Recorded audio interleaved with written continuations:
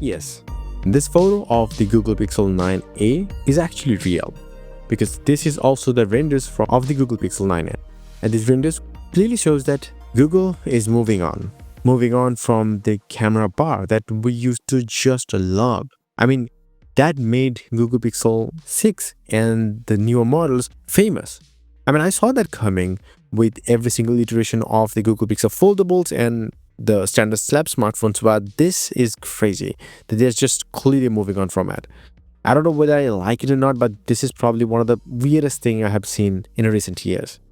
Now, it will be offered in 4 different colors like porcelain, obsidian, peony, and iris. This is the obsidian one, the black one. Now, this phone will actually be 154mm tall, 73mm wide, and 8.5mm thick, which is making it 1.9mm taller and 0.3mm wider than the predecessor, the Pixel 8a, and slightly less thicker. The Pixel 8a was actually an 8.9mm thick. So yeah, it's improvement. It's a bigger screen, bigger thing. But I mean, why the rear design is like that?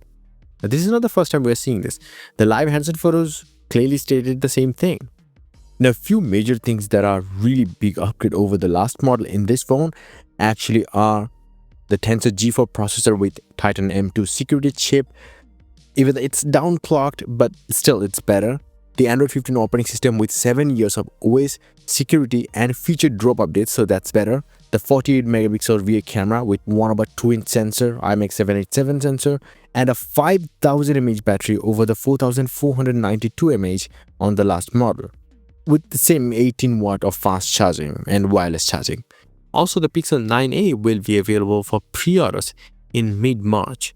When Google introduced the Pixel 3a in 2019, it was priced at $399, which is crazy value for money phone.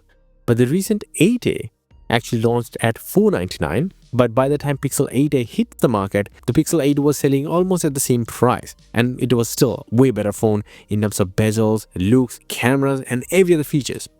Even the Tensor processor inside the Pixel A series models were compromised in terms of packaging process. So it's no surprising that the Pixel 9a also could cost $50 to $100 more than the Pixel 8a, considering the fact that the base Pixel 9 actually got a $100 price bump from the $699 price of the Pixel 8. So now the Pixel 9a could start at $550 or even $600. So what I think now is just it's time to retire the Pixel A series models, rather sell the last year's flagships at a much cheaper price, which already they are selling at. It's just, I don't know why they're not doing it. Let me know about your thoughts in the comment section below. Do you think the Pixel 9a should come to the market, or Google should skip this model totally?